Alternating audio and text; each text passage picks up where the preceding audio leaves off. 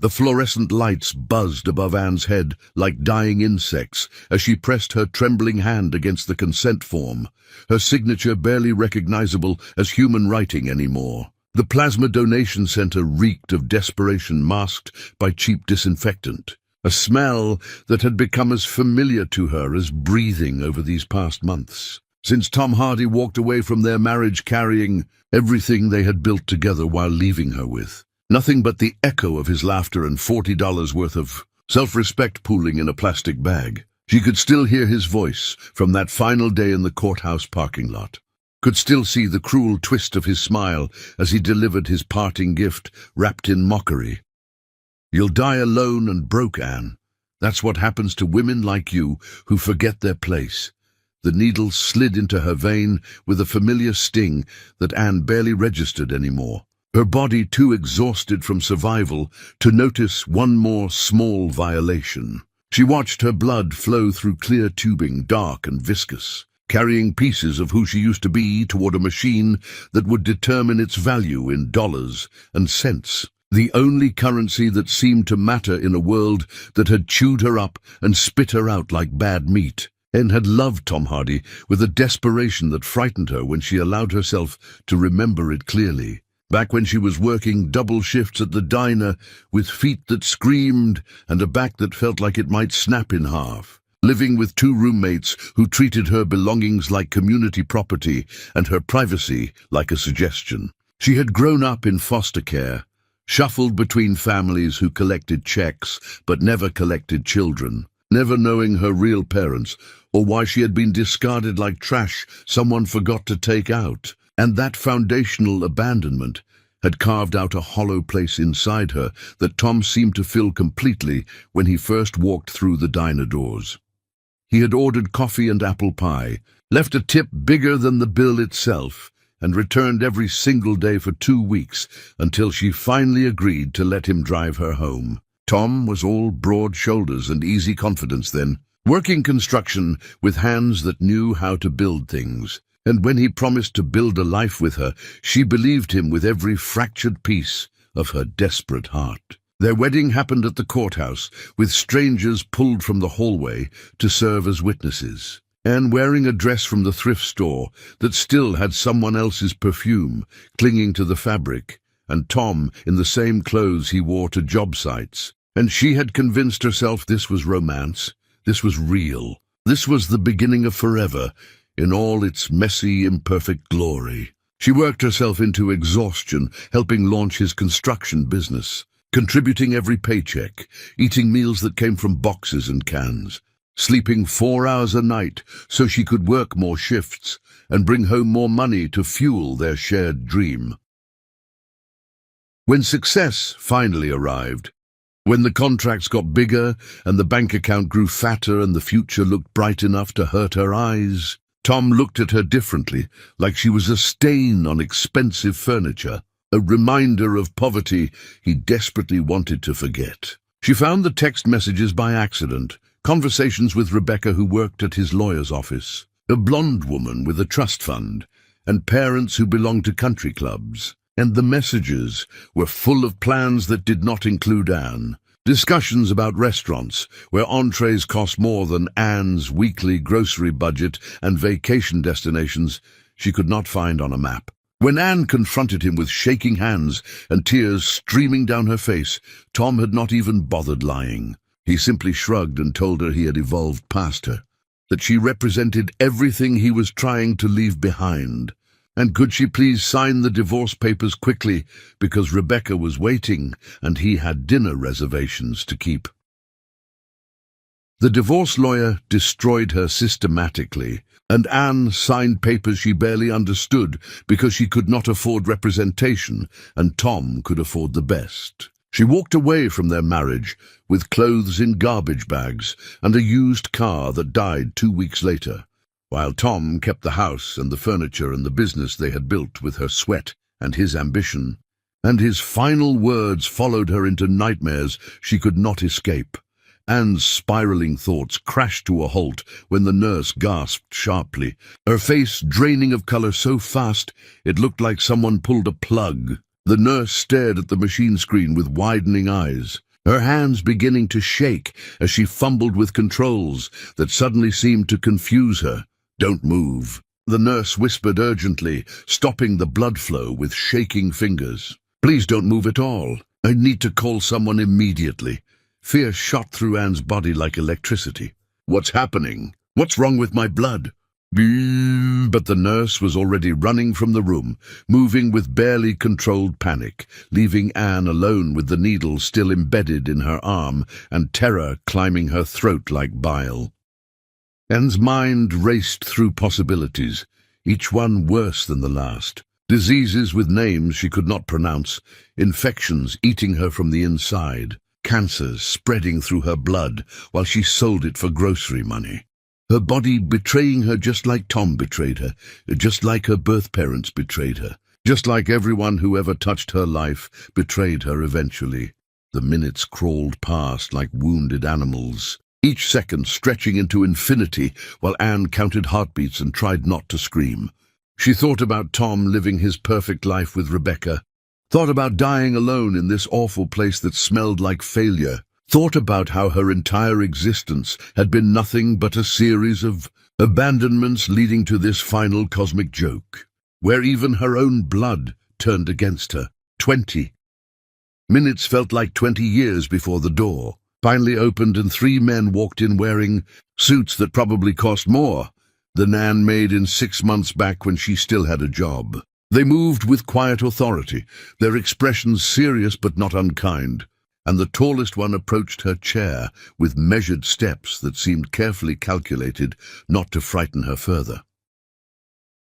"Miss Anne," he said softly, his voice carrying warmth despite the intensity in his dark eyes. "My name is James, and I work for a family who has been searching for someone very specific for many years. The blood screening you just underwent revealed something extraordinary." Anne's voice came out as barely a whisper. Am I dying?" "No," James said quickly, and something that might have been excitement flickered across his face. "You're not dying. You're about to start living in ways you never imagined possible. Your blood contains genetic markers so rare that only a handful of people in this entire country share them, and those markers match perfectly with a woman named Josephine Thornton." The name meant nothing to Anne, just syllables strung together without context or meaning. "I don't understand what you're saying." James pulled out a leather folder and opened it carefully, revealing photographs that made Anne's breath catch painfully in her chest. The woman in the pictures looked exactly like her.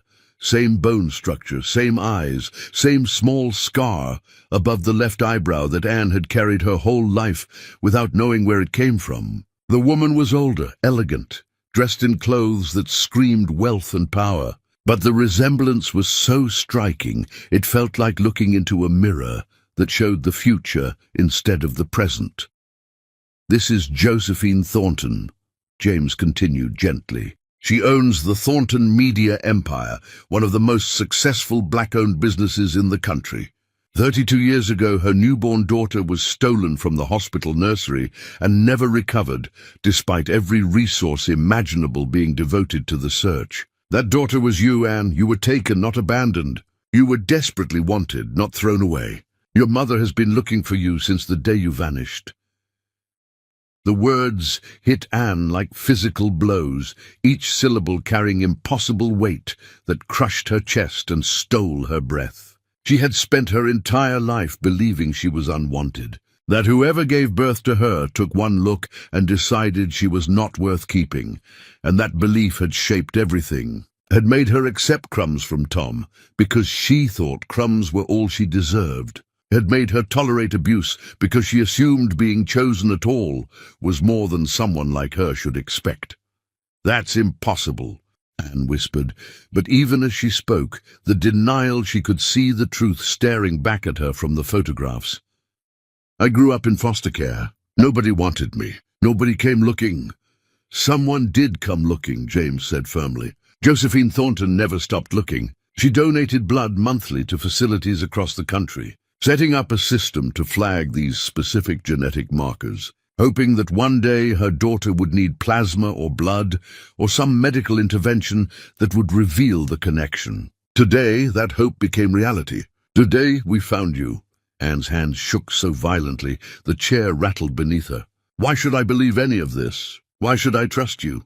James nodded as though he expected the question. We're taking you to the hospital right now for comprehensive DNA testing. You'll have independent doctors verify everything we're telling you. But Anne, I need you to understand something crucial. Your mother has been waiting 32 years for this moment.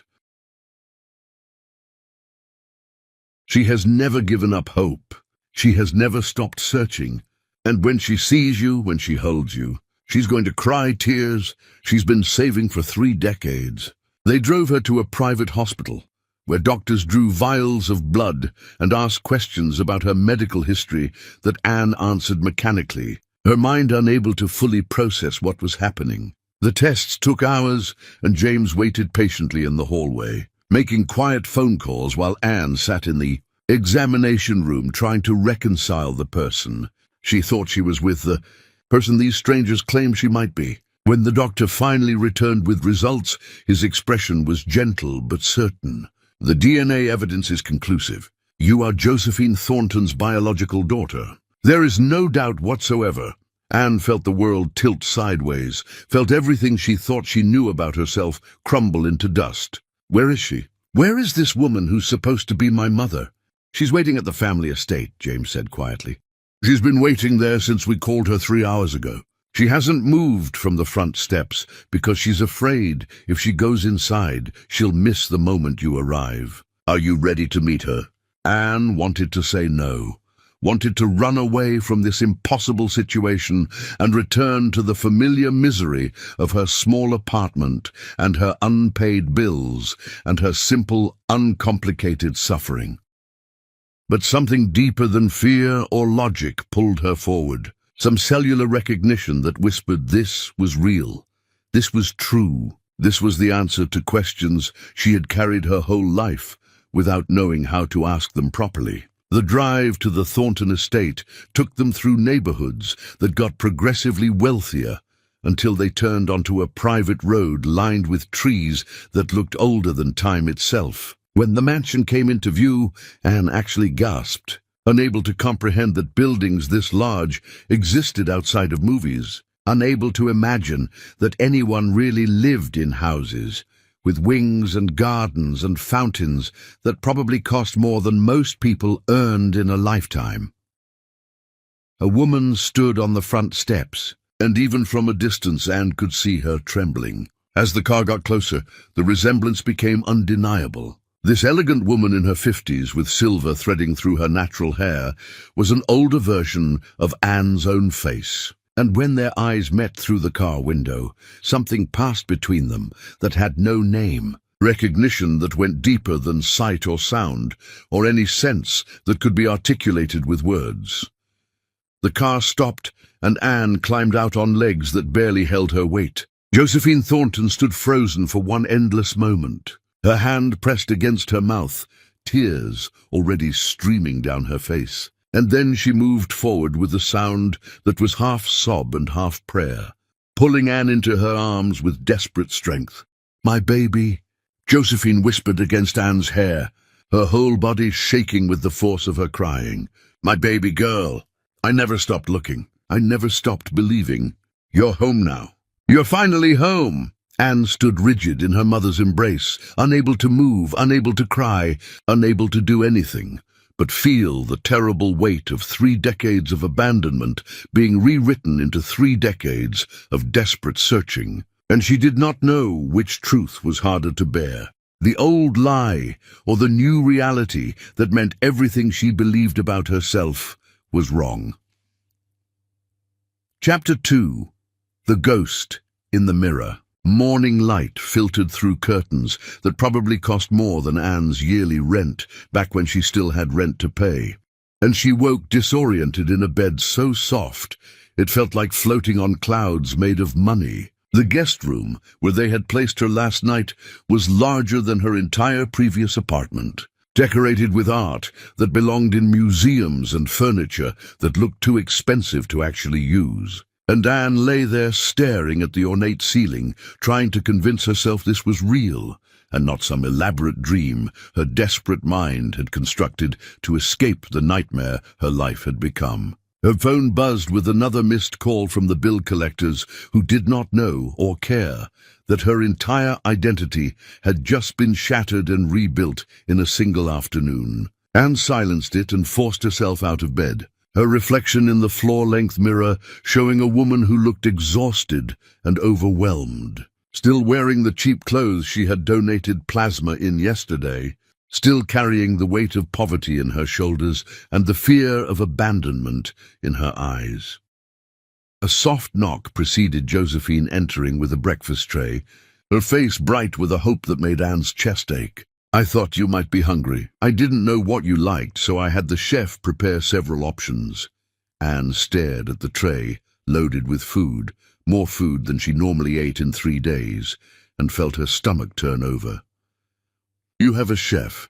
We have a chef," Josephine corrected gently. "This is your home now, Anne. Everything here belongs to you as much as it belongs to me. You're my daughter, my heir, my family."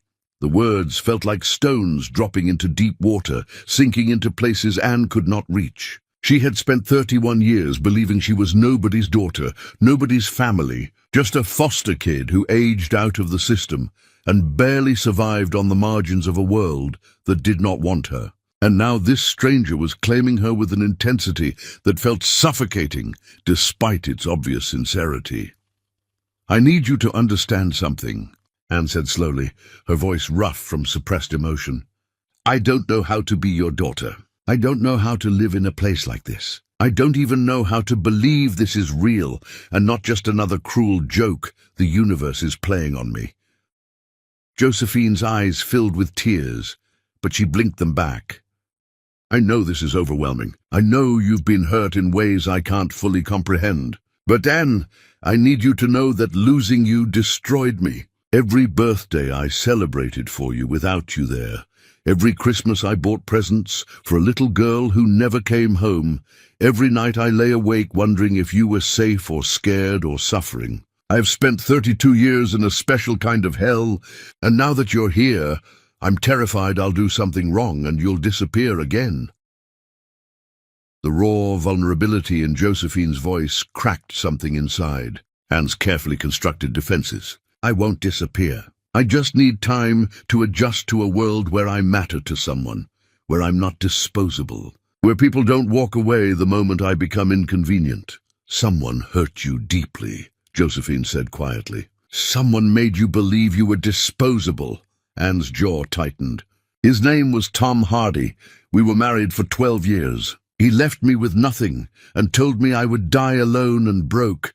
And until yesterday I believed him because why wouldn't I? Everyone leaves eventually. That's what I learned in every foster home, every temporary placement, every situation where I started to feel safe before being moved somewhere else. Leaving is what people do.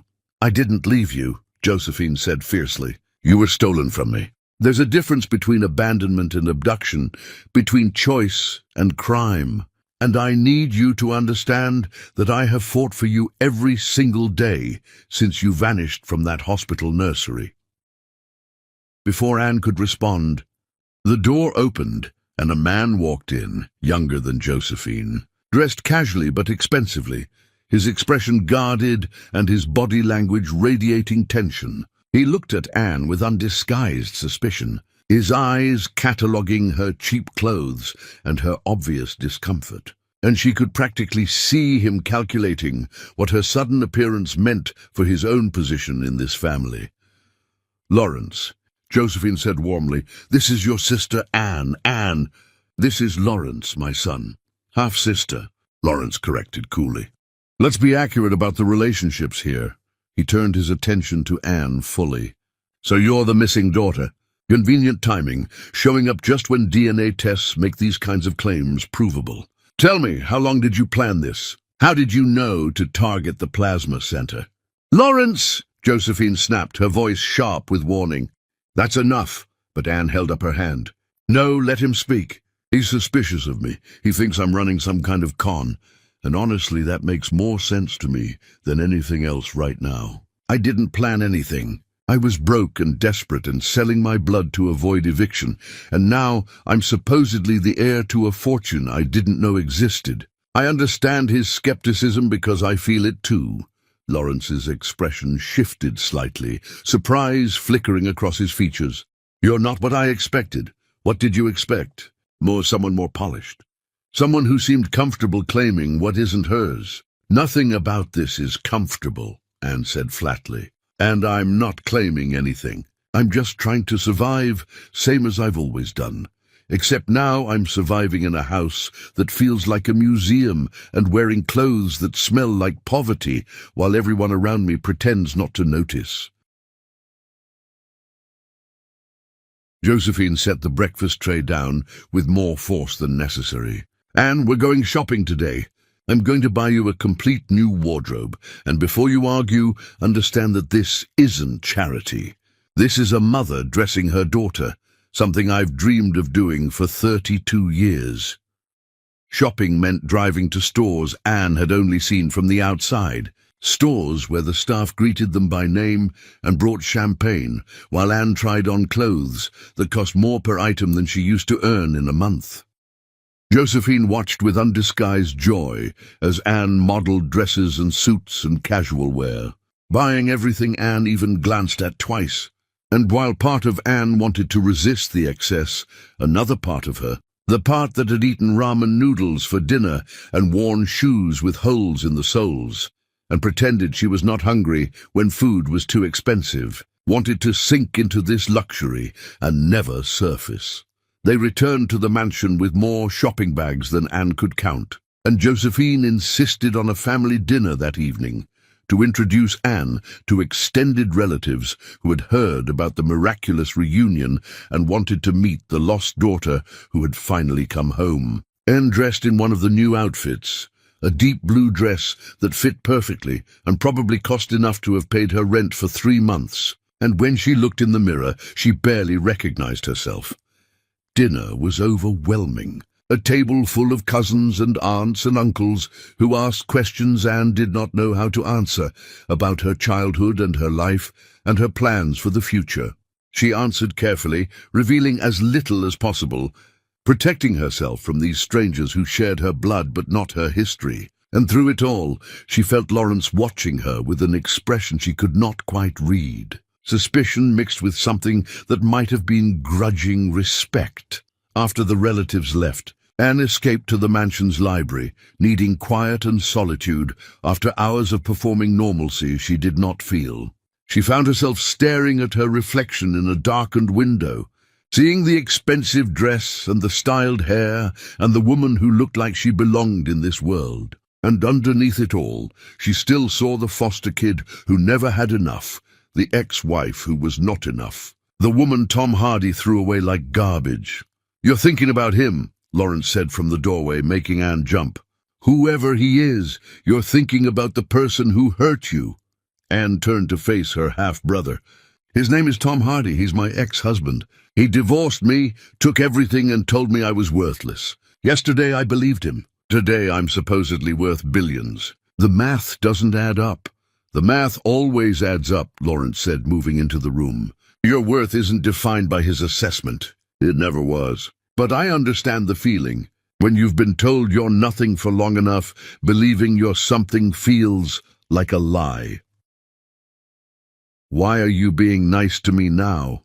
"Because I've spent the day watching you, and you're genuinely uncomfortable with all of this. You're not performing gratitude or acting entitled. You're just surviving, same as you said this morning, and I respect that more than I respect people who were born into wealth and act like they earned it." Lawrence paused. "I was wrong to be hostile. You didn't ask for this either."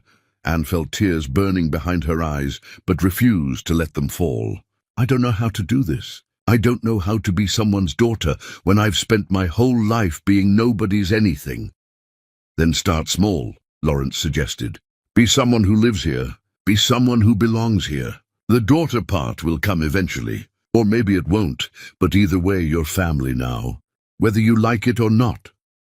That night, Anne lay in the expensive bed staring at the ceiling, her mind circling back to Tom Hardy like a wound she could not stop touching. She wondered where he was, what he was doing, whether he ever thought about her or whether she had been so thoroughly erased from his mind that she might as well have never existed. Part of her wanted him to know about this reversal of fortune, wanted him to see her living in this mansion and wearing these clothes and being someone important, wanted to watch his face when he realized what he had thrown away.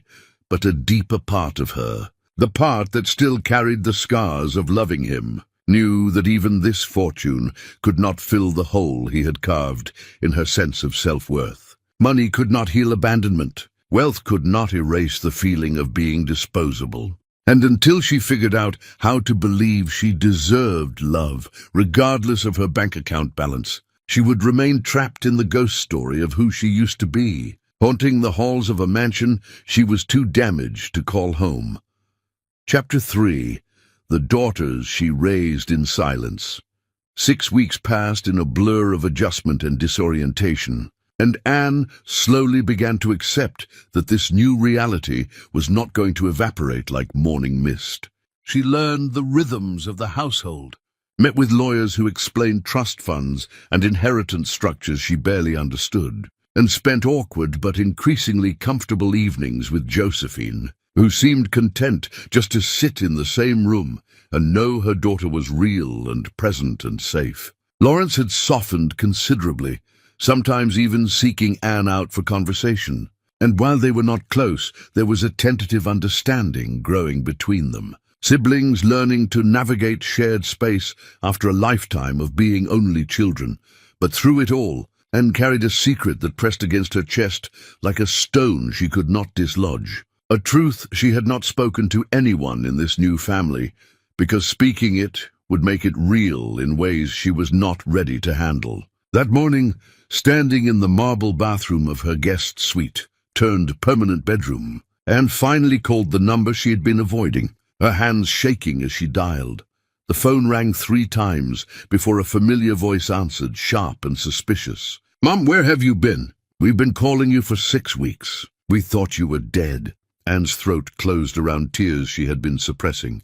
"Delilah, I'm so sorry. I should have called sooner." "Sorry? You disappear completely. Stop answering texts, and now you're sorry." Delilah's anger was righteous and justified. "Ivy has been crying every night, thinking something terrible happened to you. What the hell is going on?" "You know, something did happen," Anne said slowly.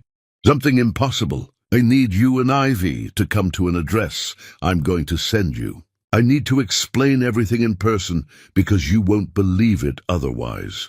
Are you in trouble? Do you need money?" The question made Anne laugh, a broken sound that hurt coming out. "No, baby, I'm not in trouble. Just come, please, both of you." She sent the address and spent the next 2 hours pacing her room, rehearsing words that never sounded right. "How did you tell your daughters that everything they knew about their mother's life was only a fragment of a larger story? How did you explain that the woman who raised them in poverty, who worked 3 jobs and went without meals so they could eat, was actually the stolen heir to a media empire worth billions?" When the security guard called to announce visitors, Anne raced downstairs, her heart pounding. Josephine watched from the library doorway with curiosity, Lawrence appearing behind her, both of them recognizing that something significant was happening, even if they did not understand what. Anne opened the front door herself, and there they stood, her daughters, her beautiful, brilliant daughters who carried her heart outside her body. Delilah, fierce and sharp-edged in a business suit despite it being the weekend, her natural hair cut close to her skull, her eyes blazing with questions and concern. Ivy, softer but no less strong, wearing flowing clothes and carrying worry in the tension of her shoulders, her locks pulled back with a colorful scarf. They both froze when they saw the mansion behind Anne, their expressions shifting from concern to confusion to something approaching shock. Delilah recovered first, her lawyer's mind already cataloguing details and forming theories. "Mum, what is this place? Whose house is this?" "Mine," Anne said, and the word felt foreign in her mouth. or it is now. It's a long story. Come inside, please." They entered slowly, taking in the opulence with wide eyes.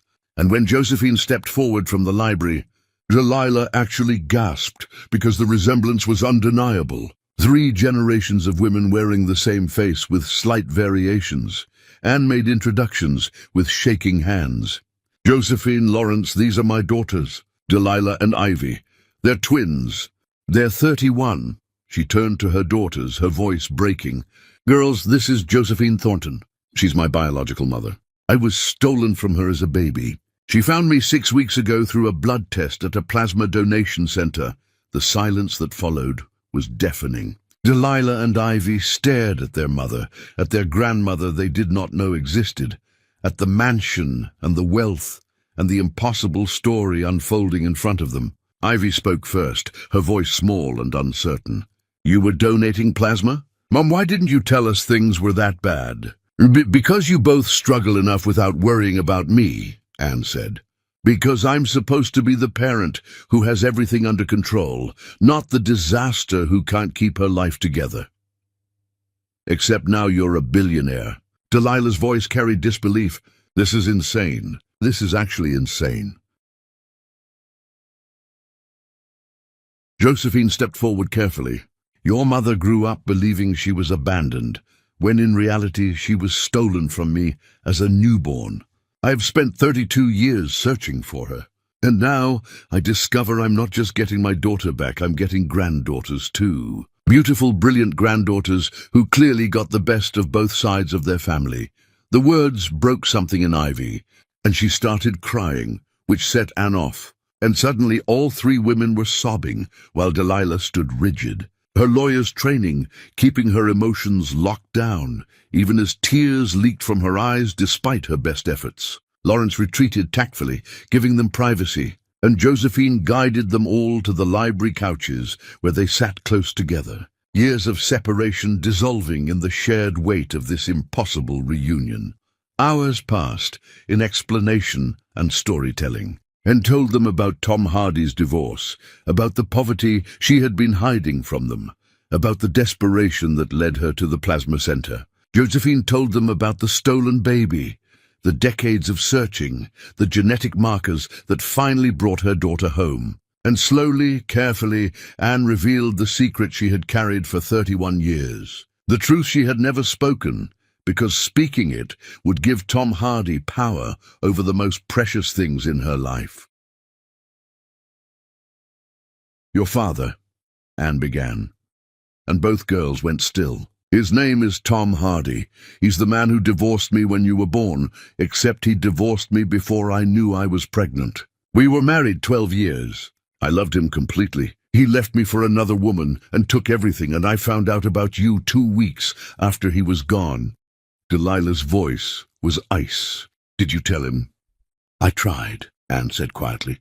"I sent letters to his business address, to his new apartment. They all came back unopened. I called his phone and he never answered. After a month, I stopped trying because it was clear he wanted nothing to do with me, and I decided that a man who abandoned me so completely didn't deserve to know about you. I raised you alone, because being alone was better than chasing someone who made it crystal clear I was disposable." "Good," Delilah said fiercely. "He doesn't deserve us. He never deserved you." Ivy was quieter, processing. "Does he know now? With all the media coverage about you being found, does he know you're wealthy?" "I don't know what he knows," Anne admitted. "I've been hiding here trying to figure out who I am now that everything I believed about myself was wrong." Josephine watched this exchange with increasing understanding. "These girls are Tom Hardy's biological children, but he never knew they existed." "He never wanted to know," Anne corrected. "There's a difference. He made himself unreachable, made it clear he wanted no contact, wanted no reminders of the life he was leaving behind. I was that life. They would have been too." "Screw him," Delilah said bluntly. "We had you, and you were worth 10 of whoever he is. You worked yourself into exhaustion for us. You gave us everything. You loved us enough that we never felt the absence of a father because your love took up all the space." Anne pulled both daughters close, breathing in their familiar scents, feeling the weight of 3 decades of sacrifice and love and determination settling into something that felt almost like peace. They were here, they were hers, and Tom Hardy's absence from their lives was his loss, not theirs. Josephine stood and moved to sit beside her newly discovered family. "You're all welcome here for as long as you want. This is your home now, too. All of you. Family takes care of family, and I have 31 years of grandmother duties to catch up on." That evening they gathered for dinner, and Anne watched her daughters interact with Josephine and Lawrence, watched them slowly relax into the unfamiliar luxury, watched them claim space in this mansion, the same way they had claimed space in every tiny apartment Anne had ever rented. They stayed the night in guest rooms that made their own apartments look like closets. And in the morning over breakfast, Delilah asked the question that had been building since the previous afternoon. What happens if he finds out? What happens if Tom Hardy discovers not only that you're wealthy now, but that he has daughters he never knew about? Anne's hand tightened around her coffee cup. Then we deal with it. But he doesn't get to claim you. He doesn't get to show up 3 decades late and pretend biology trumps everything. You're mine. You've always been mine. And no amount of DNA is going to change that. Ivy reached across the table and squeezed Anne's hand. We're not going anywhere, Mom. We've survived poverty. We've survived your struggle with a broken heart. We've survived everything life threw at us together. Some random sperm donor doesn't get to change that now. But even as they spoke brave words, Anne felt dread settling into her bones like winter cold. Tom Hardy was out there somewhere, living his life, and if he discovered what she had, if he learned about Delilah and Ivy, she knew with terrible certainty that he would not stay away. Men like Tom Hardy did not ignore opportunities, especially opportunities wrapped in inheritance and blood ties and legal claims to generational wealth. And Anne was right to be afraid, because 3 states away, Tom Hardy was watching the news coverage of the Thornton family's miraculous reunion, and in the background of one photograph, barely visible but unmistakable, were 2 young women who looked enough like him that his blood ran cold with recognition and possibility. Chapter 4. The Ruins of a Man. Tom Hardy stared at his television screen until his eyes burned. Remote control forgotten in his hand as the local news ran yet another human interest story about the Thornton family reunion. The anchor spoke with manufactured emotion about miracles and modern technology, about a stolen baby found after 32 years through a routine plasma donation. And Tom barely heard the words because all his attention was locked on the woman standing beside Josephine Thornton on those mansion steps. The woman who looked hauntingly familiar despite her expensive clothes and styled hair. Anne, his ex-wife Anne, the woman he had divorced with such casual cruelty, the woman he had told would die alone and broke, was apparently the missing Thornton heir, and now worth more money than Tom would see in 10 lifetimes, even if he lived forever. The remote slipped from his fingers as his whole body went numb with shock. He had destroyed her so completely, had taken everything in the divorce and laughed about it. And now she was standing in front of a mansion that probably had more bathrooms than their entire neighborhood used to have houses. The unfairness of it hit him like a physical blow. Rage and disbelief, and something that might have been regret if he had been capable of that particular emotion. But it was the next image that stopped his heart entirely. The camera panned to show 2 younger women standing slightly behind Anne, and Tom's breath caught because he recognized his own features reflected in their faces, his nose on one, his chin on the other, his eyes looking back at him from strangers who could not possibly be strangers because genetics did not lie, and resemblance this strong meant only one thing. He had daughters. Anne had been pregnant when he left her, and she had never told him. And now those daughters were grown women standing in front of a fortune that was technically their inheritance too. And Tom's mind immediately started calculating angles and opportunities and ways to turn this cosmic joke into his own advantage. His apartment, a shabby one-bedroom in a building that smelled like old cooking and broken dreams, suddenly felt even more pathetic than usual. Tom looked around at the peeling paint and the furniture he had pulled from dumpsters, and the life he had somehow ended up living despite all his success just a few years ago. The construction business had collapsed spectacularly. Contracts drying up during an economic downturn, debts piling up faster than he could manage them, and Rebecca had left him the moment the money disappeared, taking half of what remained and making it clear she had married potential, not the man himself. Tom grabbed his phone and started researching, pulling up everything he could find about Anne's discovery, about the Thornton family, about the legal implications of paternity and inheritance rights. The internet gave him fragments and pieces, enough to understand that Anne was now part of a billion-dollar empire, enough to see photographs of his daughters looking successful and educated and completely beyond his reach. He found Delilah first, a civil rights attorney with a growing reputation and a social media presence that radiated competence and fierceness. Then Ivy, an artist and music teacher whose work appeared in local galleries and whose students clearly adored her. Both of them successful despite growing up in poverty. Both of them bearing his genes but Anne's influence. Both of them living proof that he had walked away from something valuable and never even known it existed. The math was simple, even for someone as desperate as Tom had become. Those girls were his biological daughters. They were inheriting from the Thornton empire. He was their father. There had to be some angle, some legal claim, some way to insert himself into this situation and extract value from genes he had contributed, even if he had contributed nothing else. Tom spent 3 days researching lawyers, making calls he could barely afford, trying to determine what rights he might have. The answers were uniformly discouraging.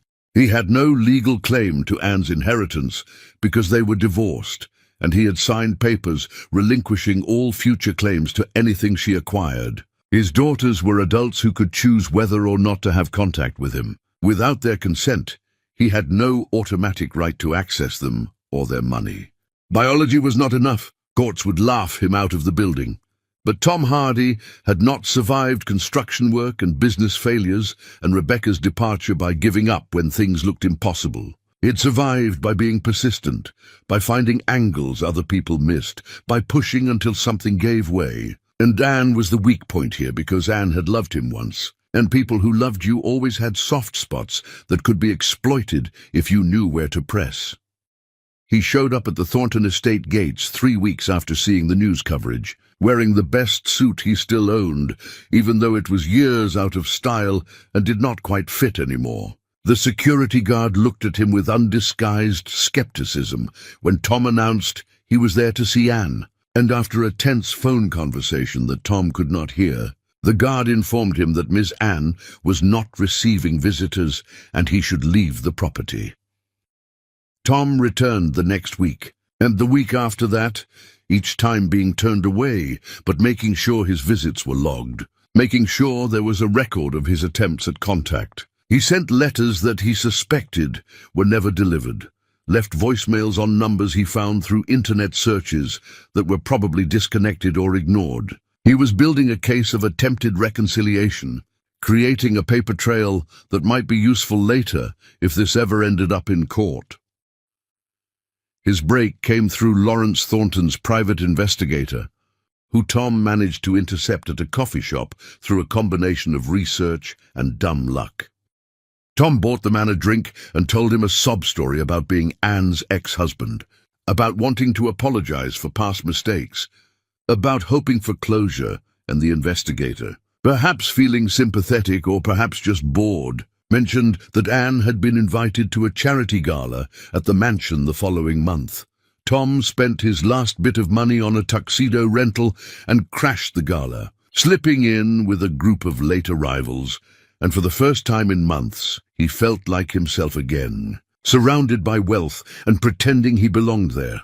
He accepted champagne from passing waiters and made small talk with donors who assumed he was someone important. And through it all, he kept his eyes locked on Anne, this woman he had discarded, who now glowed with confidence he had never seen before.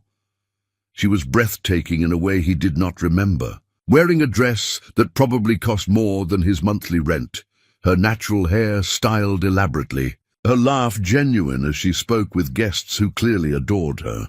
Tom felt something twist in his chest, not quite regret, but close to it. The recognition that he had thrown away something valuable before understanding its worth. And then he saw them, his daughters, moving through the crowd with a kind of easy grace that spoke to quality education and comfortable upbringings. Despite the poverty, Anne must have survived to give them those things. One of them was intense and sharp, watching everyone with assessing eyes, while the other was softer but no less observant. And Tom's heart raced because they were his biology, his legacy, his potential ticket back to relevance. Lawrence introduced him to the intense one, Delilah, mentioning she was Anne's daughter, and Tom shook her hand while his mind raced. He asked polite questions about her work, complimented her obvious intelligence, and felt her watching him with an attention that suggested she saw more than he wanted to reveal. She excused herself quickly, and Tom felt rather than saw Anne watching from across the room. Later, the softer one approached him, introducing herself as Ivy, and Tom turned on the charm he had once used on Anne, complimenting her art, her work with children, her obvious talent. She smiled, but her smile did not reach her eyes, and when she asked if he had children of his own, Tom answered honestly without understanding the trap. "No, I never had kids. Never met the right person to have them with." He watched something flicker across her face, disappointment maybe, or vindication, and she excused herself politely before disappearing into the crowd. Tom stood alone with his champagne, and across the room Anne stared at him with an expression he could not read, triumph mixed with something that looked almost like pity, and he realized he had just failed some test he had not known he was taking. Chapter 5. The Night He Forgot. Anne invited Tom to the mansion 5 days after the gala, having him brought in a Thornton car like a prisoner being escorted to trial. And Tom tried to maintain his composure during the drive. Even though his hands shook with nerves, he refused to acknowledge. The driver said nothing, offered nothing, just deposited Tom at the front entrance and drove away, leaving him to face the massive doors alone. A staff member led him through halls that seemed designed to make visitors feel small, past art that belonged in museums and furniture that whispered old money and permanence, until finally they reached a library where Anne sat waiting with Josephine and Lawrence, flanking her like judges at a sentencing hearing. Tom's mouth went dry when he saw Anne up close for the first time since the divorce. Saw the woman he had destroyed sitting in a position of absolute power while he stood before her with nothing. "Sit down." "Tom," Anne said, her voice flat and emotionless. She gestured to a chair positioned directly across from her, close enough that he could see every detail of her face, far enough that he could not reach her even if he tried. Tom sat and tried to look confident, but everything about this room and this situation was designed to strip him of that particular delusion. Anne studied him for a long moment, her dark eyes cataloguing every detail of his decline, the weight he had lost, the grey in his hair, the cheap suit he was trying to pass off as acceptable. When she finally spoke, her words came slow and deliberate, each one landing like a small blade, finding vulnerable flesh. "Do you remember our last night together, Tom? The night before you left me?" Tom's mind scrambled to retrieve the memory she was asking for, but that entire period was a blur of planning his exit and anticipating his future with Rebecca. He had been so focused on what came next that he had barely paid attention to what was happening in the present. "I remember things were difficult between us," he said carefully. "Things were difficult," Anne repeated, and something dangerous flickered in her expression. That's how you described the night I cooked your favorite dinner, wore the dress you told me you loved, and tried desperately to remind you why you married me in the first place. That's difficult. Tom shifted uncomfortably. Anne, it was a long time ago. We were both unhappy. You were unhappy, she corrected sharply. I was terrified. I knew you were leaving, could feel you slipping away. And that night I gave you everything I had left to give. I made love to you like it was the last time, because I knew it was the last time. And I begged you without words to remember what we had, to choose me over whatever shiny new thing had caught your attention. The memory came back in fragments. Anne in red, Anne reaching for him with desperation he had found suffocating, and clinging to him after sex with a need that had made him feel trapped rather than loved. He had given her his body that night, but his mind was already with Rebecca, already planning his escape, and the guilt he had suppressed for years suddenly felt sharp and immediate. You left at dawn, Anne continued, her voice steady despite the emotion beneath it. You left divorce papers on the kitchen table and a note saying you had met someone who understood your ambitions better than I did. You told me not to contact you, that your lawyer would handle everything. And then you drove away, like our 12 years together were nothing more than an inconvenient phase you had finally outgrown. I was cruel, Tom admitted, because there was no point denying what they both knew was true. I was young and stupid, and I made terrible mistakes.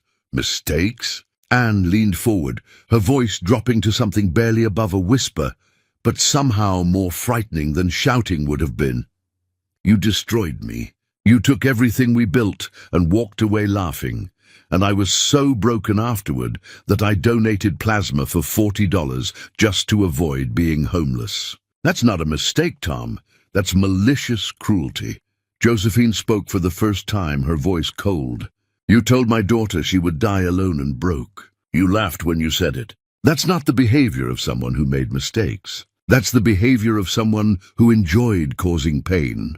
Tom wanted to defend himself, but the words would not come because Josephine was right, and they all knew it. He had enjoyed Anne's pain in a sick way, had felt powerful in her powerlessness, had needed her to be small so he could feel big. And that truth was too ugly to speak aloud. 2 weeks after you left me, Anne said quietly, I discovered I was pregnant. With twins, your daughters, Tom. Conceived on that last night when I was trying to save our marriage and you were already mentally gone. The words hit Tom like a physical blow, stealing his breath and his ability to think. Pregnant, twins, daughters. The pieces he had already suspected now confirmed with brutal certainty, and suddenly every calculation he had made, every angle he had planned, seemed pathetically transparent and doomed to failure. I tried to tell you, Anne continued relentlessly. I sent letters to your business address, to your apartment with Rebecca. You sent them all back unopened. I called your phone and you never answered. After a month, I stopped trying because you had made it abundantly clear that you wanted no contact, no reminders, no connection to the life you were leaving behind. So I raised them alone, Tom. I worked 3 jobs while pregnant. I gave birth to your daughters in a county hospital with no family beside me. I raised them in poverty while you built your business with money that should have supported them. Tom's mouth opened, but no sound emerged. The weight of what he had missed, what he had abandoned, pressed down on him like physical force. Delilah had pneumonia when she was 5, Anne said, her voice shaking now. I had to choose between medicine and rent. I chose medicine and we were evicted. We slept in my car for 2 weeks in January, while I worked enough hours to scrape together first month and deposit for a new place. Ivy needed glasses when she was 7, but glasses cost money we did not have, so she sat in the front row of every class, squinting at the board until a teacher noticed and the school paid for them. Do you understand what I'm telling you, Tom? Your daughters suffered poverty and hardship because you were too goddamn selfish to be bothered maintaining even the most basic level of contact with the woman you divorced. I didn't know, Tom whispered, and even to his own ears it sounded pathetic. You didn't want to know, Anne corrected fiercely. There's a critical difference between ignorance and willful blindness, and you chose blindness because it was convenient, because my pregnancy would have complicated your new life with Rebecca, because acknowledging that you had children would have required you to be responsible for something other than your own ambition. Tom looked at Josephine, at Lawrence, at Anne, and saw no sympathy in any of their faces, just cold judgment and the recognition that he had failed in every way a human being could fail. "Can I meet them?" he asked desperately. "Can I talk to my daughters?" "They're not your daughters," Anne said flatly. "They're mine. Biology is meaningless next to 31 years of love and sacrifice and showing up every single day. You're a sperm donor, Tom, nothing more. And if you think those girls want anything to do with you after learning what you did to me, you're even more delusional than I thought." Lawrence spoke for the first time, his voice carrying quiet menace. "You signed papers relinquishing all claims to anything Anne acquired post-divorce. You have no legal right to her inheritance. You have no automatic rights to contact with adult children who want nothing to do with you. You have nothing, Mr. Hardy. And if you attempt to force contact or make legal claims, I will personally ensure you're buried under so many lawsuits that bankruptcy will look like mercy." Tom felt panic rising in his chest. "I just want a chance to apologize, to explain, to try to make amends for the past." "Amends?" Anne's laugh was sharp and bitter. "You want to make amends now that there's a fortune involved? Where were your amends when I was struggling? Where was your desire to apologize when I was working myself to death trying to feed your children? You don't want forgiveness, Tom. You want money. And you're not getting either from me." She stood, signaling the meeting was over, and Tom scrambled to his feet. "Anne, please. I know I was terrible. I know I don't deserve anything from you. But those are my daughters too, and I have a right to at least try to know them." Anne walked to the door, opened it, and gestured for him to leave. "You had 31 years of rights that you never exercised. You have no rights anymore. And if you come near my daughters, if you try to contact them or manipulate them or use them for your own purposes, I will make sure you regret it in ways that haunt you for whatever is left of your miserable life." Tom left the mansion feeling hollowed out, the security guard driving him back to the gates without a word. And as the estate disappeared behind him, he understood that he had lost something more valuable than money or success. He had lost any chance at redemption, any possibility of being more than the man who walked away from everything that mattered. And that realization hurt worse than any financial loss ever could. Chapter 6, The Father Who Never Knew.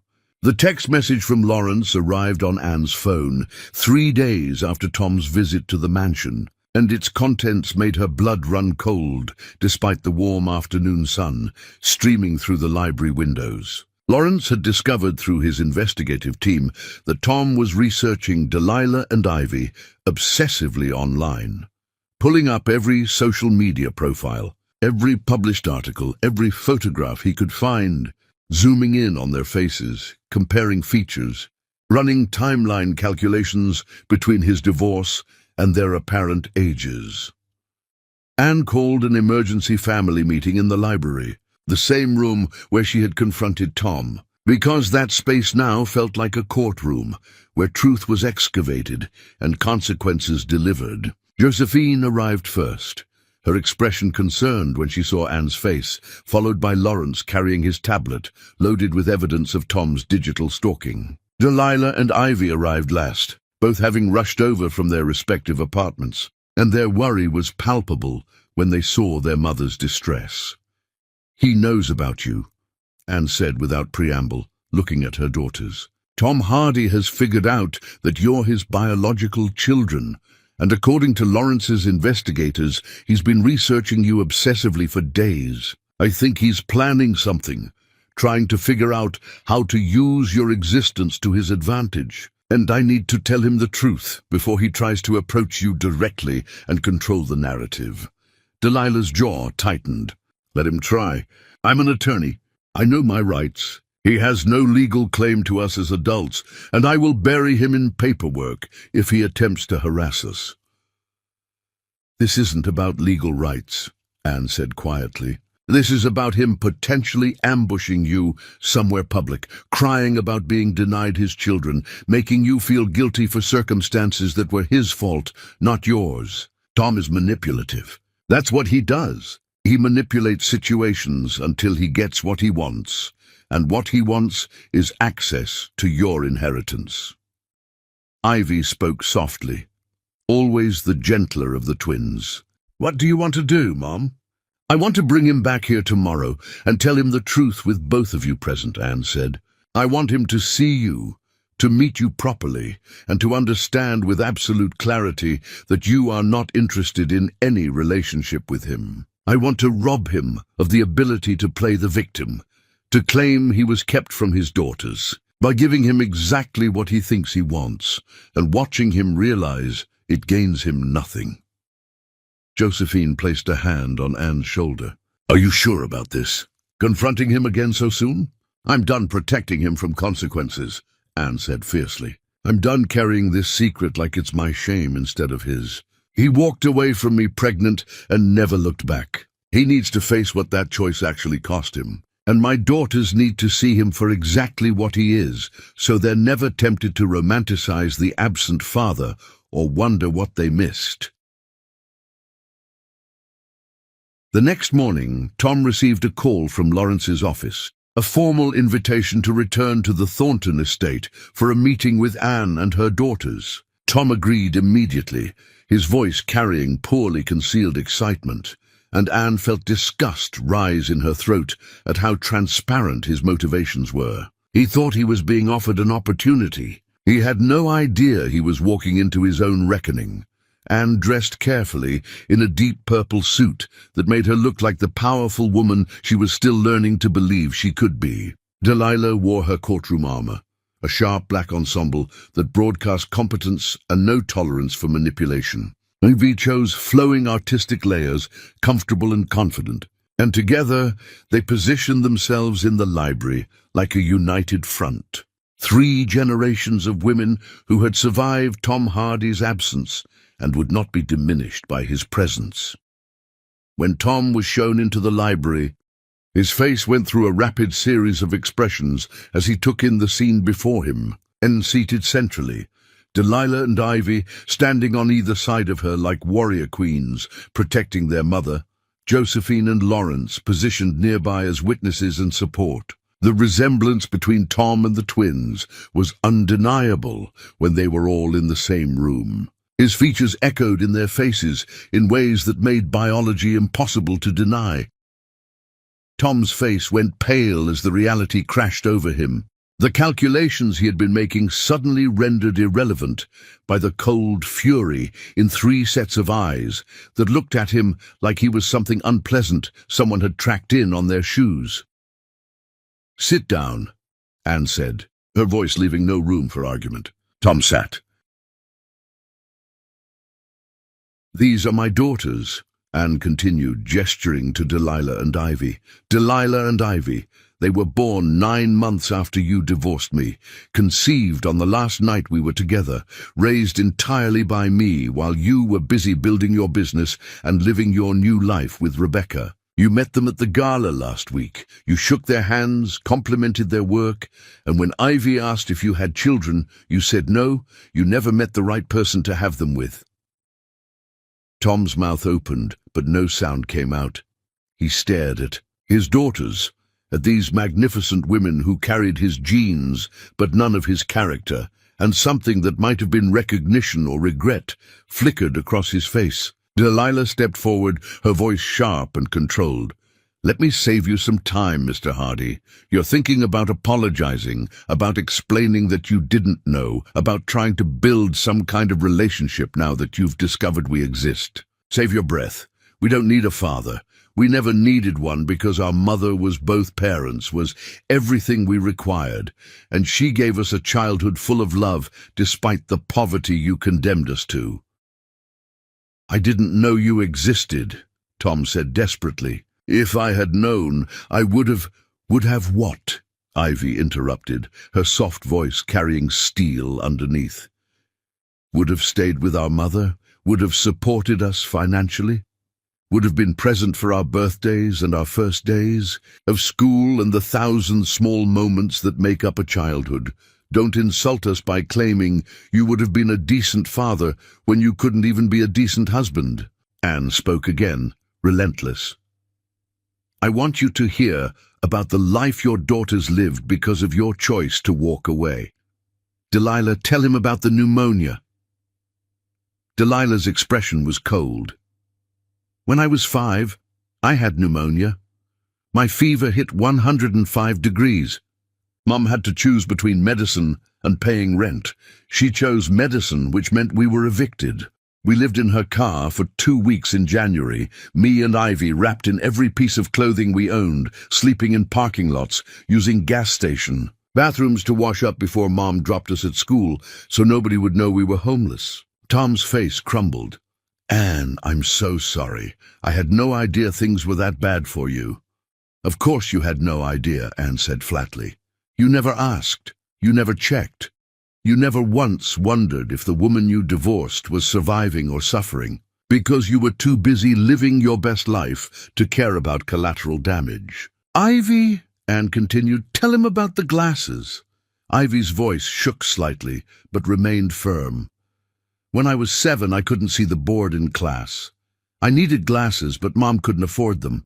I sat in the front row squinting until my head hurt every single day, until a teacher finally noticed and contacted the school nurse, and the school paid for my glasses through some assistance program because my mother was working 3 jobs and still qualified as low income. 3 jobs, Anne repeated. I worked 3 jobs, Tom. I cleaned offices at night, waited tables during breakfast and lunch shifts, and did data entry from home during Ivy and Delilah's nap times. I slept 4 hours a night for years. I gave blood for extra money. I went hungry so my daughters could eat.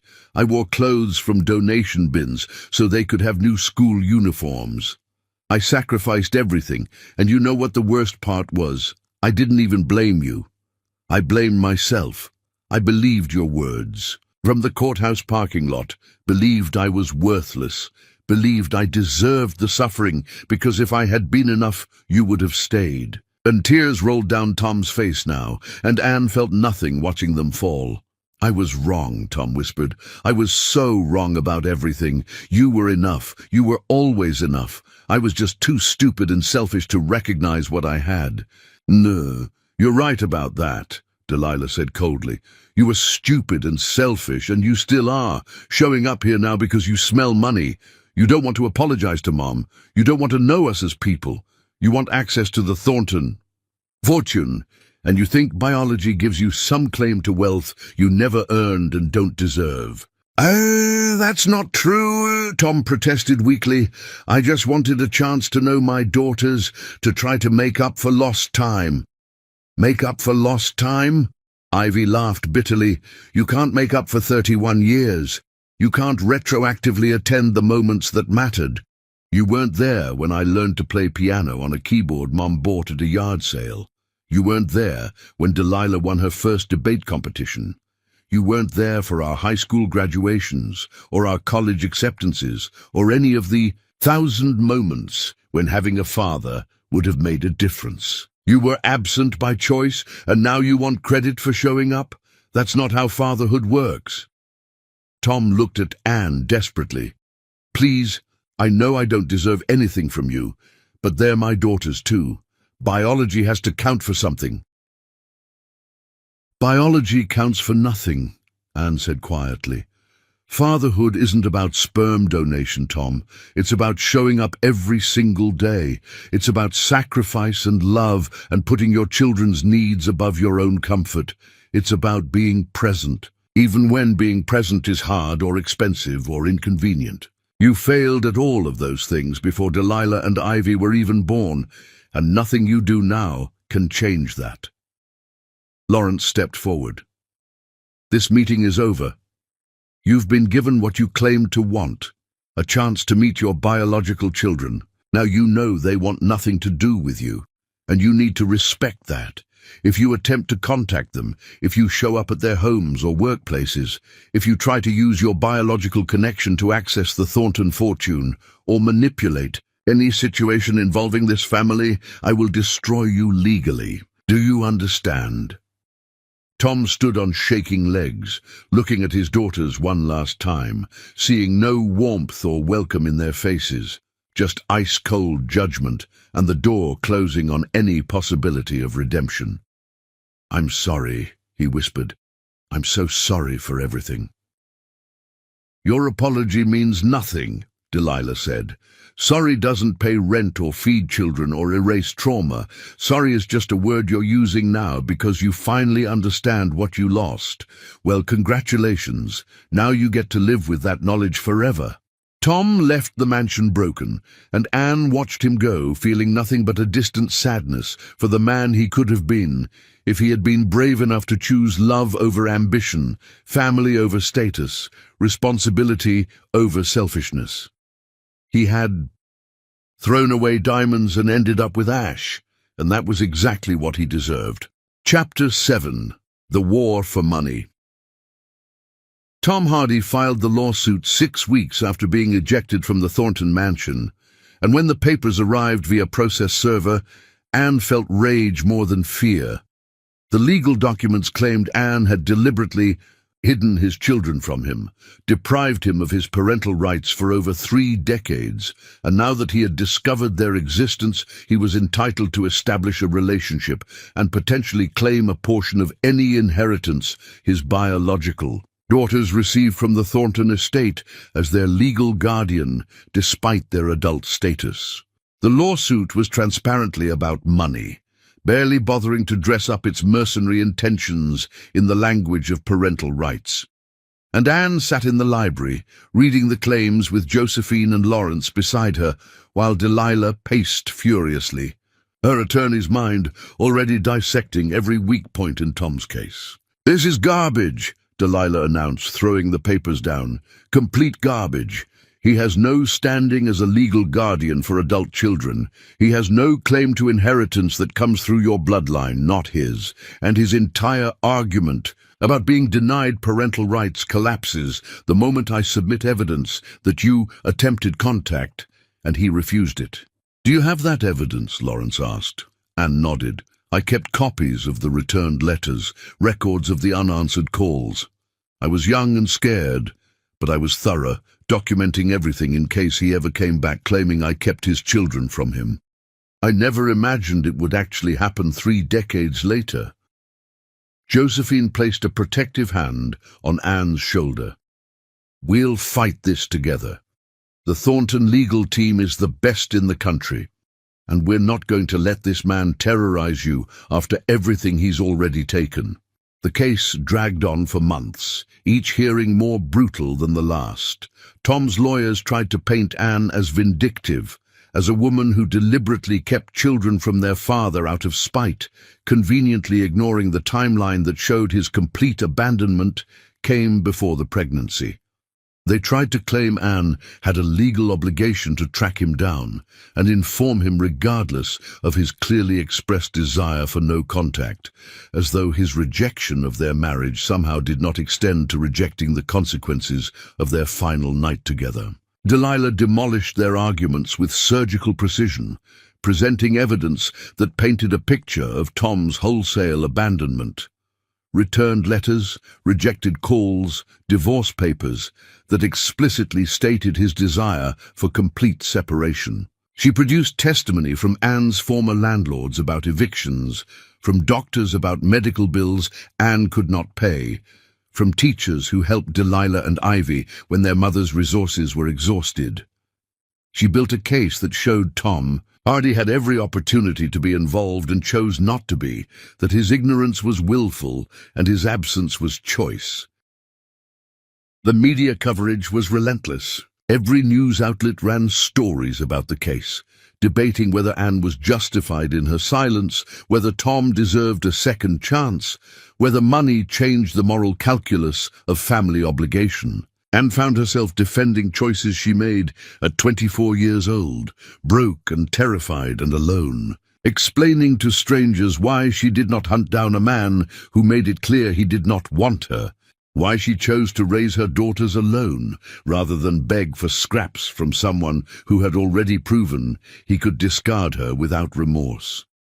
Talk shows hosted panels where people who knew nothing about Anne's life dissected her decisions with an expertise born from ignorance. Some defended her fiercely, other single mothers who recognized the impossible position she had been in, women who understood that chasing a man who explicitly rejected you was not empowerment but desperation. Others condemned her, mostly men who thought biology trumped everything, who believed Tom's sperm entitled him to access regardless of his abandonment, who could not comprehend that fatherhood required more than genetics and a lawsuit filed 3 decades too late, and sat through depositions where Tom's lawyers asked invasive questions about her finances, her relationships, her parenting choices, trying to find any crack they could exploit. They asked why she never pursued child support, as though the answer was not obvious to anyone who had ever tried to extract money from someone who refused all contact. They asked why she did not use legal channels to establish paternity, as though she had the money for lawyers while working 3 jobs and barely surviving. They asked why she never told Delilah and Ivy about their father, as though telling children their father did not want them was preferable to simply not mentioning him at all. Through every hearing, every deposition, every media appearance, Josephine stood beside Anne like a shield, this mother who had lost her daughter for 32 years and now refused to let anyone hurt her again. The Thornton legal team, some of the most expensive and competent lawyers in the country, systematically dismantled Tom's case, proving he had no claim to Anne's inheritance because it came from her biological family and had nothing to do with their marriage, proving he had no automatic rights to relationships with adult daughters who explicitly stated they wanted nothing to do with him, proving his lawsuit was just extortion dressed in legal language. The trial itself was surreal. Anne sitting at a table with her legal team, while Tom sat across the aisle looking increasingly desperate as the evidence mounted against him. Delilah and Ivy both testified, their words calm and devastating, describing their childhood with clinical precision, the poverty, the struggle, their mother's sacrifices, and Tom's absolute absence from all of it. They made it clear they did not want a relationship with him, that his biological connection meant nothing compared to 31 years of abandonment, that they were testifying not because the court required it, but because they wanted him to hear from their own mouths exactly how little he mattered to them. The judge, a black woman in her 60s who had seen too many deadbeat fathers try to rewrite history, listened to everything with an expression that grew progressively colder. When both sides finally rested their cases and she delivered her ruling from the bench, her voice carried contempt that was barely professional. "Mr. Hardy, you abandoned your wife knowing she had no family support, no financial resources and no safety net. You explicitly rejected all contact with her, returned her letters, ignored her calls, and made it abundantly clear that you wanted no reminders of the life you were leaving behind. The fact that your ex-wife was pregnant at the time of this abandonment does not create retroactive obligations for her to track you down against your clearly expressed wishes. You had 31 years to wonder if your actions had consequences. You chose not to wonder. That choice is yours to live with, but it does not create legal rights now."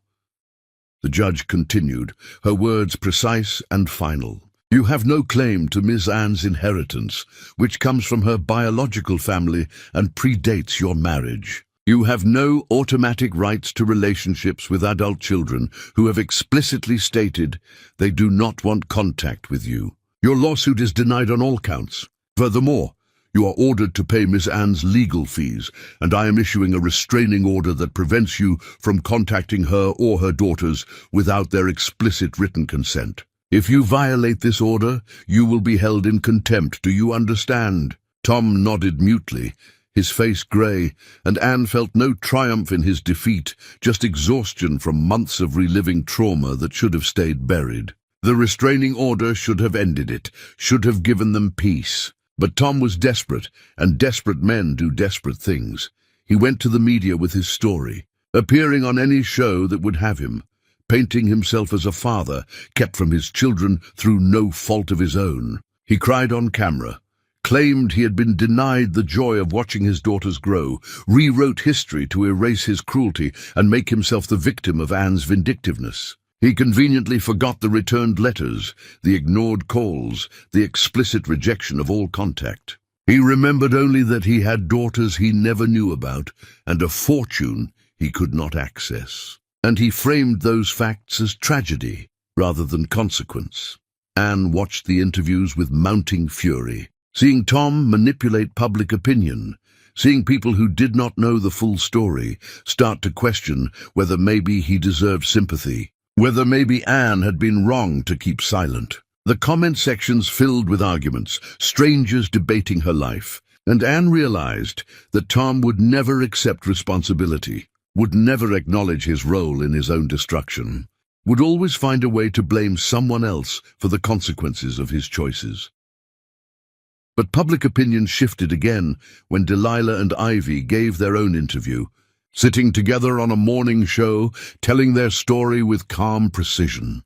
They described their childhood, their mother's sacrifices, their father's absence, and when the host asked if they ever wanted to meet Tom, Delilah looked directly into the camera and said with devastating clarity, "We already met him. He met us at a gala and felt nothing. He shook our hands and saw strangers. Biology is meaningless compared to the mother who raised us, and we will never have a relationship with a man who shows up 3 decades late looking for money instead of family." The interview went viral, and the tide of public opinion turned decisively. People saw Delilah and Ivy's confidence, their obvious love for their mother, their complete disinterest in the man who donated half their DNA, and they understood what Anne had been trying to explain all along, that fatherhood is earned through presence and love and sacrifice, not claimed through genetics and lawsuits and media manipulation. Tom disappeared from the public eye after that, his attempts at sympathy exhausted, his legal options depleted, his reputation destroyed, and heard through Lawrence's investigators that he was working a regular job, living in a small apartment, attending court-ordered therapy and slowly, painfully learning that some bridges once burned leave only ash behind. Chapter 8. The Weight of Truth. 6 months after the trial ended, and collapsed in the mansion library while reviewing foundation proposals with Josephine, her body simply giving out after months of stress and decades of survival mode, finally catching up to her all at once. The doctors at the hospital told her she was suffering from extreme exhaustion, malnutrition effects from years of poverty that had weakened her bones and immune system, and trauma-induced stress that had pushed her past the breaking point her stubbornness usually refused to acknowledge. Josephine sat beside Anne's hospital bed, holding her hand, while Delilah and Ivy stood on the other side, and Lawrence hovered near the door, looking uncharacteristically worried. Anne had always been the strong one, the survivor, the woman who kept moving forward no matter what life threw at her. And seeing her broken and fragile in a hospital gown made them all confront how much she had been holding together through sheer force of will. "I'm so tired," Anne whispered, tears streaming down her face for the first time since the trial ended. "I'm so tired of fighting, of surviving, of pretending to be strong when inside I'm still that foster kid who believed she was worthless because nobody wanted her." Josephine squeezed her hand. "You are wanted. You are loved. You are my daughter, and nothing will ever change that. But I spent 31 years believing I was abandoned," Anne sobbed. "I built my entire identity on being unwanted, and even now, even knowing the truth, that belief is carved so deep in me, I don't know how to dig it out. Tom left me because I wasn't enough. My birth parents, I thought you left me because I wasn't enough. And I raised Delilah and Ivy terrified every single day that I wouldn't be enough for them either, that I would fail them the way I believed everyone who ever touched my life failed me. Delilah climbed onto the hospital bed, careful of the IV lines, and wrapped her arms around her mother. You were always enough.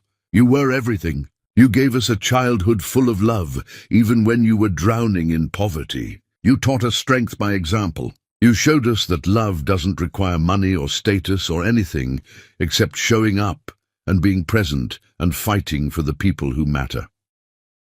Ivy joined them on the bed, creating a cocoon of warmth around Anne. We never felt the absence of a father because your love took up all the space. You were both parents, Mom. You were our hero. And nothing Tom Hardy says or does will ever change that. Anne cried harder, years of suppressed emotion pouring out, and her family held her through it, letting her break apart because breaking apart was the only way to heal, letting her sob out 31 years of pain and fear and lonely determination that had kept her alive but had also nearly killed her. Over the next weeks, Anne began therapy with a psychologist who specialized in adoption trauma and complex PTSD. And slowly she started unpacking the layers of damage that Tom's abandonment had created on top of the foundational wound of being stolen from her biological family. She talked about foster care, about never having a permanent place, about learning that love was conditional and people were temporary. She talked about Tom, about how completely he had destroyed her sense of self-worth, about the years she spent believing she deserved nothing better than suffering. The therapist helped Anne understand that healing was not linear, that some wounds never fully closed, but instead became scars you learned to live with. That strength was not about never breaking, but about breaking and choosing to rebuild anyway. Anne learned to sit with her pain instead of running from it, to acknowledge her fear of abandonment without letting it control her, to slowly, tentatively begin believing that maybe, possibly, she deserved the love her family was offering. Delilah threw herself into work, using her anger at Tom and the entire legal system that had put her mother through months of trauma to fuel her practice defending people who could not defend themselves. She took on pro bono cases for single mothers facing custody battles, for women whose ex-partners weaponized the courts to continue abuse, for anyone who reminded her of Anne fighting alone against systems designed to crush people who started with nothing. Ivy channeled her pain into art, creating a series of paintings about mothers and daughters, about survival and sacrifice, about the different ways people define family. Her work appeared in galleries across the city, and critics praised the emotional depth, the raw honesty, the way her paintings made viewers confront uncomfortable truths about poverty and motherhood and the price women pay for men's failures. Lawrence surprised them all by becoming protective of Anne in ways that suggested he had finally stopped seeing her as a threat to his inheritance and started seeing her as his sister who had survived hell. He used his business connections to quietly destroy Tom's remaining reputation, ensuring that everyone who mattered knew exactly what kind of man Tom Hardy was, ensuring that no business would hire him, no bank would give him credit, no social circle would welcome him, using his wealth and power to deliver the kind of justice the courts could not provide. The media attention finally died down after the interview, where Delilah and Ivy made their position clear, and Anne was grateful for the return to privacy, for the ability to heal without cameras recording her every move. She started spending more time with Josephine, learning about the Thornton family history, discovering the grandfather she had never known who built the media empire from nothing, understanding the legacy she was now part of, even though she had missed 31 years of it. Josephine shared stories about Anne's infancy, about the terror of discovering her daughter missing from the nursery, about the immediate certainty that this was not a misplacement but a theft, about the decades spent searching while trying to maintain hope against impossible odds. She showed Anne the room she had kept prepared for 32 years, a bedroom designed for the daughter who never came home, updated periodically with age-appropriate furniture and decorations. A shrine to hope that bordered on obsession but had ultimately been vindicated. "I never gave up," Josephine said quietly, standing in the doorway of that never-used room. "Everyone told me to accept that you were gone, to have a memorial, to move on with my life. But I knew you were out there somewhere. I felt it in my bones, and I promised myself that if I ever found you, I would spend the rest of my life making up for the years we lost."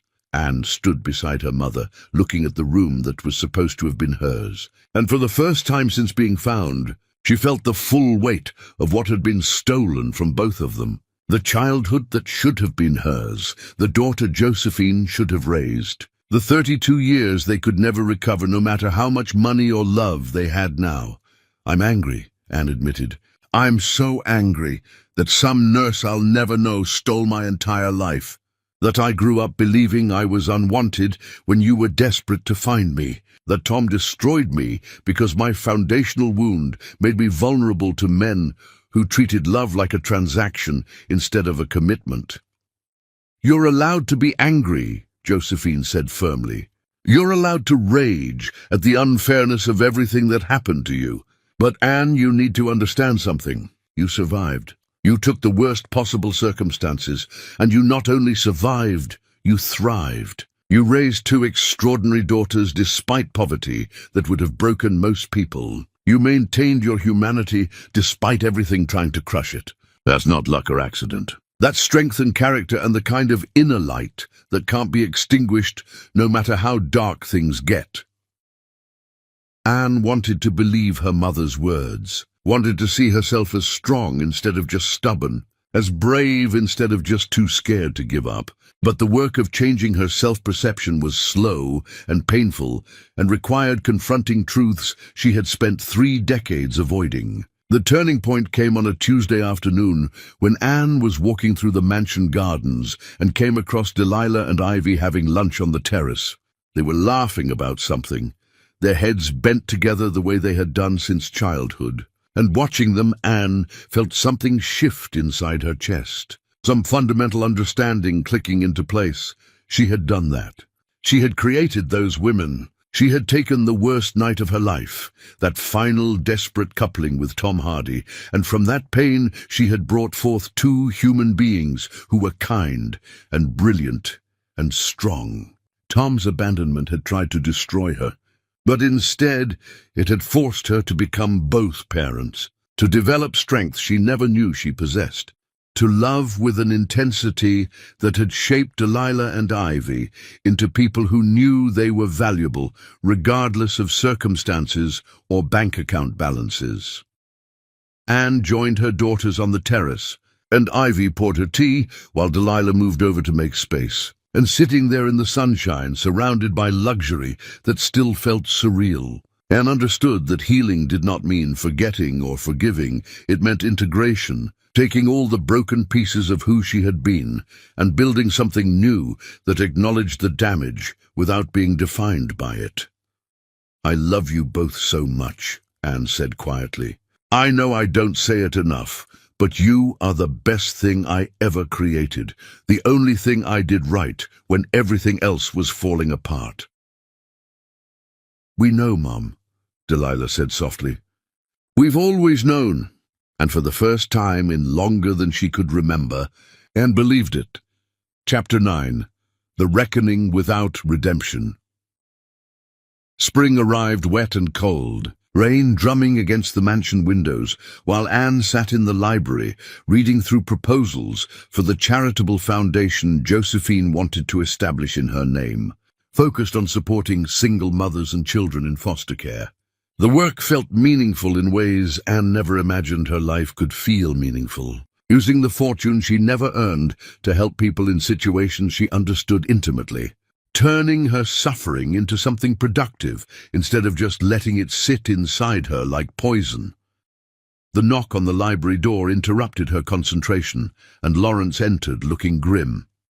"There's someone at the gate. Tom Hardy. He's asking to see you." And Anne, "He looks bad. Really bad." Anne's first instinct was to refuse, to have security send him away again, but something in Lawrence's expression stopped her. "But how? Like he's given up on everything except this one last attempt. He's been standing in the rain for 2 hours, waiting for you to even consider talking to him. The guards say he's not drunk, not aggressive, just broken." Anne closed the proposal file. "Let him in. Are you sure?" No. But I think maybe I need to see him one more time to understand if the hate I've been carrying is still necessary or if I'm ready to set it down." They brought Tom to a small sitting room, not the grand library where previous confrontations had occurred, and Anne waited alone, having asked Josephine and Lawrence to stay nearby but out of sight. When Tom was shown in, dripping wet because he had refused an umbrella or coat from the guards, Anne barely recognized him. He had lost weight he could not afford to lose, his clothes hanging on a frame that looked skeletal, his face gaunt with suffering that went deeper than physical deprivation. The grey in his hair had spread completely, and his eyes carried the kind of emptiness that Anne recognized from her own mirror in the months after he left her. Tom stood in the doorway, water pooling at his feet, and did not try to come closer. "Thank you for seeing me. I know I don't deserve even this much." "You don't," Anne agreed. "Sit down before you fall down. You look like you haven't eaten in weeks." Tom sat in the chair across from her, and the distance between them felt like an ocean made of all the years and pain they could never bridge. He stared at his hands, at the dirt under his nails, and the calluses from whatever work he was doing now, and when he spoke, his voice was so quiet Anne had to lean forward to hear him. "I'm not here to ask for anything. Not money, not forgiveness, not a relationship with Delilah and Ivy. I'm just here because I needed you to know that I understand now. I understand what I threw away. I understand that the poverty I experienced briefly is nothing compared to the poverty of spirit I've lived with since leaving you. I understand that success without love is just another form of failure." Anne listened without interrupting, giving him the courtesy of being heard even though she owed him nothing. "I destroyed the best thing in my life because I was too stupid to recognize its value," Tom continued, tears mixing with rainwater on his face. "I destroyed you because I thought happiness was about money and status, instead of about being loved by someone who saw all my flaws and chose me anyway. And I'll spend whatever is left of my life knowing that I had everything and traded it for nothing. Is that what you came here to say?" Anne asked quietly. "That you finally figured out what I was worth after you threw me away?" "I came here to release you," Tom said. "I've spent months in therapy learning that my narcissism destroyed us, that my inability to value anything I couldn't monetize made me treat you like you were disposable when you were actually irreplaceable. I came to tell you that you were right about everything, that I was cruel and selfish and too damaged to deserve the love you gave me. I came to tell you that the failure of our marriage was my failure alone, and I'm sorry I made you believe otherwise." Anne felt tears burning behind her eyes, but refused to let them fall. "Your apology doesn't change anything.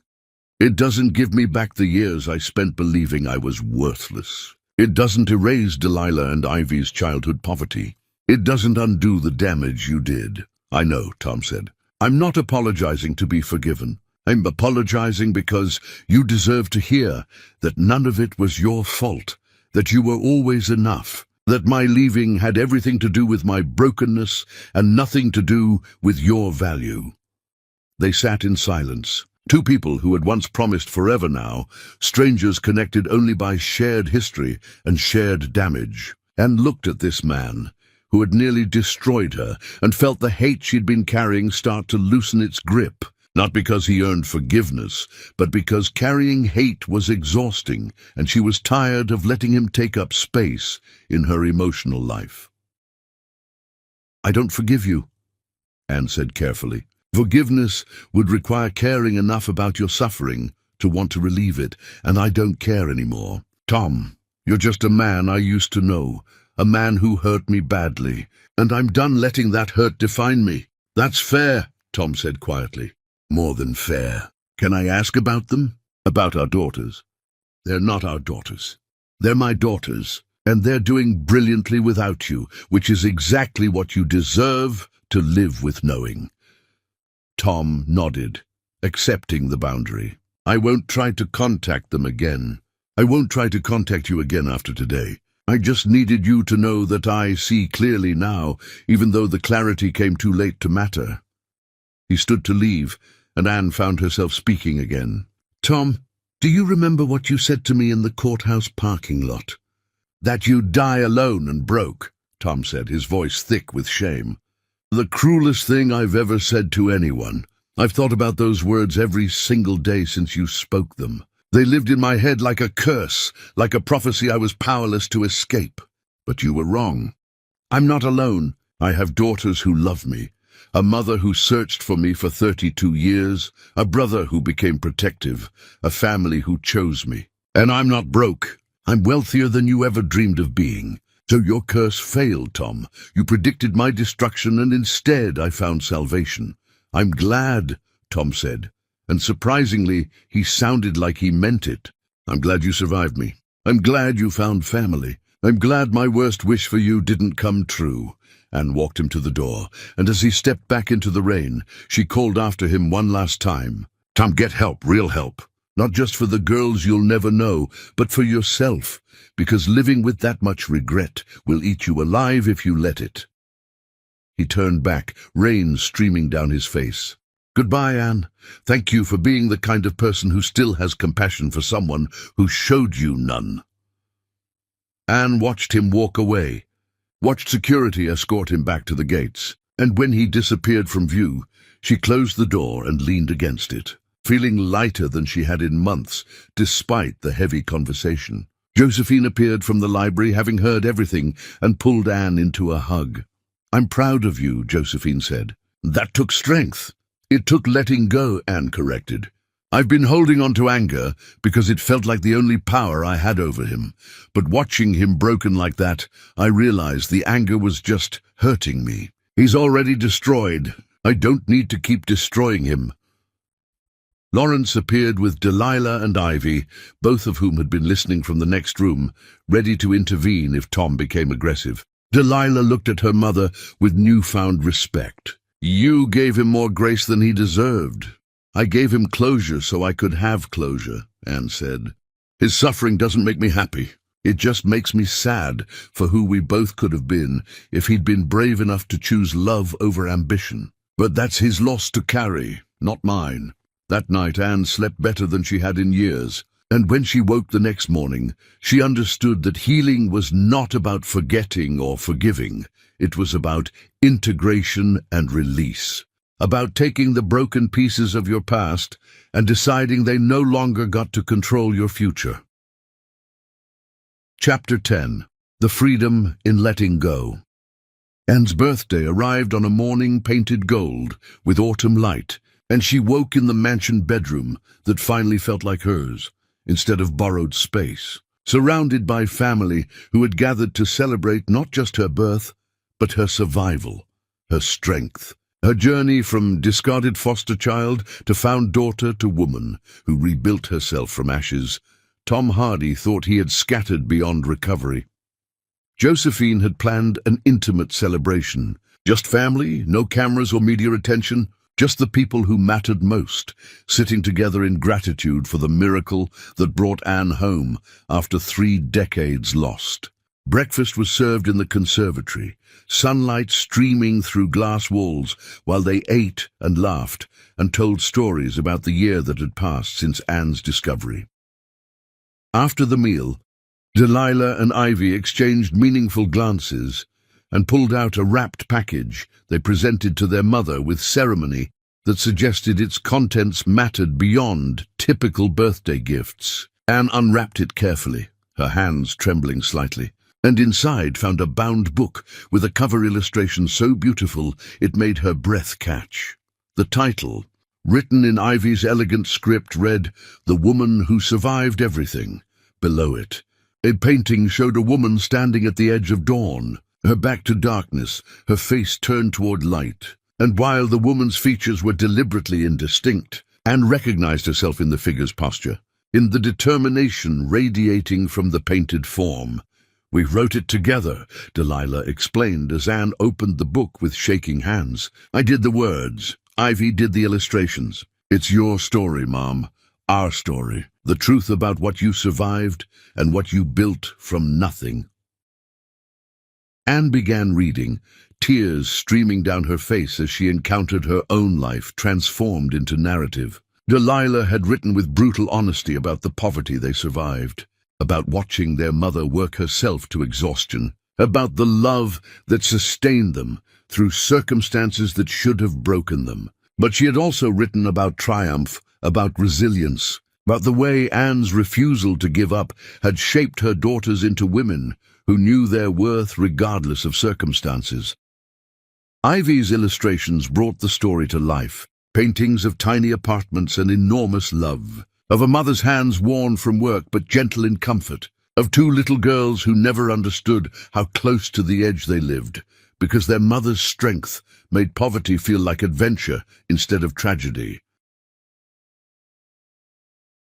The final pages dealt with Anne's discovery, with the reunion that changed everything, and Delilah's words landed like revelation. "Our mother spent 31 years believing she was abandoned, building her identity on the foundation of being unwanted. But she was never unwanted. She was desperately sought, desperately mourned, desperately loved by a woman who refused to stop searching. And when the truth emerged, when Anne discovered she was not disposable but stolen, not worthless but priceless, she had to rebuild her entire sense of self." The last illustration showed 4 women standing together, multiple generations connected by blood and choice. And beneath it, Ivy had written in careful script, "Family is not just who raises you. It is also who searches for you, who fights for you, who refuses to let you disappear. Family is the love that survives time and distance and every force that tries to break it." Anne closed the book and pulled her daughters close, unable to speak through the tears, and Josephine joined them, wrapping her arms around all 3 women, and Lawrence stood nearby looking suspiciously emotional for a man who prided himself on control. "This is the most precious gift anyone has ever given me," Anne finally managed. "You took my pain and transformed it into something beautiful, something that honors not just my survival, but the love that made survival worthwhile." "You did that yourself, Mom," Ivy said softly.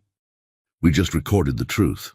That afternoon, after the celebration concluded and family members departed, Anne found herself alone in the library, holding the book her daughters created, reading through it again, seeing her life reflected back to her not as tragedy, but as testimony, not as damage, but as strength forged in fire that should have destroyed her, but instead tempered her into something unbreakable. She thought about Tom Hardy, about the man he used to be and the man he had become, and she felt no triumph in his suffering, no satisfaction in his regret. She felt only freedom, the freedom that came from releasing anger, from understanding that his cruelty revealed his brokenness, not her worthlessness, from choosing to build her future on the foundation of who she actually was, instead of who his abandonment tried to tell her she was. Anne thought about Josephine's 32-year search, about the obsessive hope that had driven her mother to donate blood monthly in facilities across the country, creating a genetic net designed to catch her missing daughter if she ever needed medical intervention. That kind of love, persistent and unrelenting, had rewritten Anne's entire history, transformed abandonment into abduction, replaced the narrative of being unwanted with the truth of being desperately sought. She thought about Delilah and Ivy, these magnificent women who carried Tom's genes but none of his character, who had survived poverty without becoming bitter, who had watched their mother struggle without losing respect for her, who had built successful lives not despite their difficult childhood, but because their difficult childhood taught them what truly mattered. taught them that love was more valuable than money, that presence was more meaningful than presents, that showing up was the foundation of every relationship worth maintaining. That evening, as twilight painted the mansion gardens in shades of purple and gold, Anne walked outside and found Josephine sitting on a bench overlooking the rose garden. She sat beside her mother, and they remained silent for long minutes, just existing together in shared space, mother and daughter finally reunited after 3 decades apart. "Do you ever wonder what our lives would have been like if I hadn't been stolen?" Anne asked quietly. Josephine considered the question carefully. "Every day for 32 years, I wondered. I imagined the childhood you should have had, the security you deserved, the love I was denied the chance to give you. But Anne, watching who you became despite everything, watching the strength you developed through adversity, watching the way you loved your daughters with an intensity born from knowing what it feels like to be alone, I think maybe you became someone extraordinary precisely because you survived something terrible. That doesn't make the terrible things acceptable," Anne said. "No," Josephine agreed. "It doesn't, but it means your suffering wasn't meaningless. You transformed pain into purpose, trauma into strength, abandonment into the kind of love that saved your daughters from ever feeling what you felt. That's alchemy, Anne. That's taking lead and creating gold." Anne leaned her head on her mother's shoulder, feeling safe in ways she had never felt safe before, and understanding that healing was not linear, that some days she would still wake up feeling like that foster kid who believed she was worthless. But those days would become less frequent as she slowly, carefully rebuilt her sense of self on the foundation of truth instead of lies Tom Hardy had told her.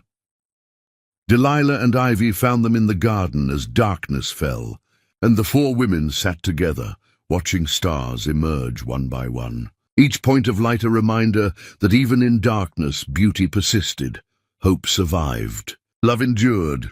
"I keep thinking about Tom," Anne admitted, "about whether he'll ever actually heal or if he'll just carry regret until it consumes him completely." "That's not your responsibility," Delilah said firmly. "His healing is his work, not yours. You spent too many years taking responsibility for his happiness, sacrificing yourself trying to be enough for someone who was incapable of recognizing value. You don't owe him your compassion now." "I know," Anne said, "but I also know what it's like to live with self-hatred, to believe you're fundamentally unlovable, to wake up every day feeling like an imposter in your own life. I don't want that for anyone, even him." "That's why you're extraordinary," Ivy said softly. "Because even after everything he did, you can still see his humanity, can still want healing for him even though his healing has nothing to do with you anymore." They sat in the garden until cold drove them inside, and Anne understood that this was what family meant. Not perfection or constant happiness or the absence of pain, but presence, commitment. The willingness to sit together in darkness and wait for stars. The choice to love even when love was complicated, even when love required courage, even when love meant holding space for someone else's healing while protecting your own. The book Delilah and Ivy created became Anne's most treasured possession, not because it told a story she had forgotten, but because it reflected her life back to her through the eyes of people who loved her, who saw strength where she saw survival, who recognized triumph where she felt only tired, who understood that the woman who survived everything was not the same as the woman who had nothing left to lose. Anne kept the book on her nightstand, and sometimes before sleeping she would open it randomly, reading paragraphs that reminded her who she was beneath the trauma, beneath the years of believing Tom's assessment of her worthlessness, beneath the foundational wound of growing up believing she was abandoned when she was actually stolen. And slowly, page by page, day by day, Anne began believing the story her daughters told, began seeing herself as strong instead of just stubborn, as brave instead of just too scared to quit, as worthy of love not because she earned it through suffering, but because she existed, Because she was Josephine's daughter, and Delilah and Ivy's mother, and Lawrence's sister and her own complete self. Valuable without condition, deserving without qualification. Enough exactly as she was. Tom Hardy faded into memory.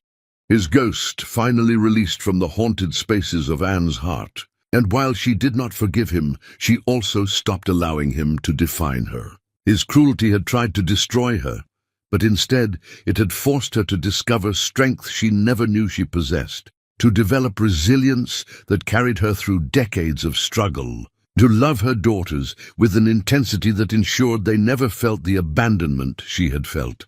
And that, Anne finally understood, was her true inheritance. Not the Thornton billions or the mansion or the media empire, but the unbreakable bond between mother and daughters. The love that survived poverty and pain and every force that tried to break it. The proof that Tom Hardy had taken everything from her except the only things that actually mattered.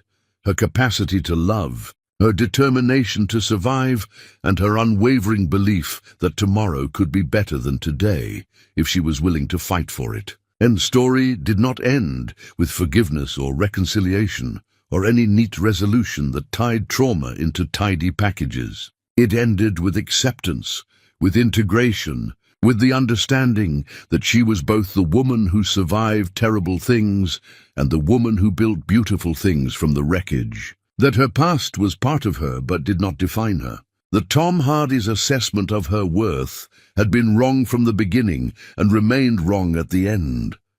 She was not the woman who would die alone and broke. She was the woman who survived everything and emerged surrounded by love, held by family, filled with purpose, and finally, blessedly, completely free.